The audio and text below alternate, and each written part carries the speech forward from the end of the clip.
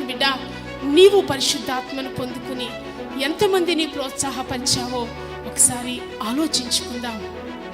పరిశుద్ధాత్మ పొందిన నీవు నీ శ్రమలో ఎన్నిసార్లు దేవుడు నిన్ను ఆదరించాడు, ఎన్నిసార్లు దేవుడు నిన్ను లేవనెత్తాడు, ఎన్నిసార్లు ఎన్ని మేళ్ళు దేవుడు నీ జీవితంలో చేశాడు. ఆ మాటలు ఎవరికైనా చెప్తూ ఉన్నావా?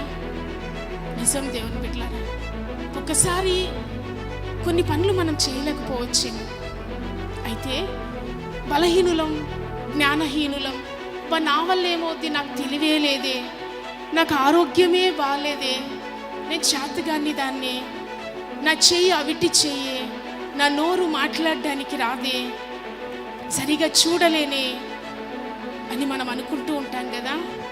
అయితే ఆ పరిశుద్ధాత్మ నిన్ను ఆదరించి నిన్ను బలపరిచి ఆ ఆత్మలో ఉన్న శక్తి ఉంది చూసారా, ఆ ఆత్మ శక్తి నిన్ను బలవంతురాలిగా చేయబోతుంది. Praise the lord.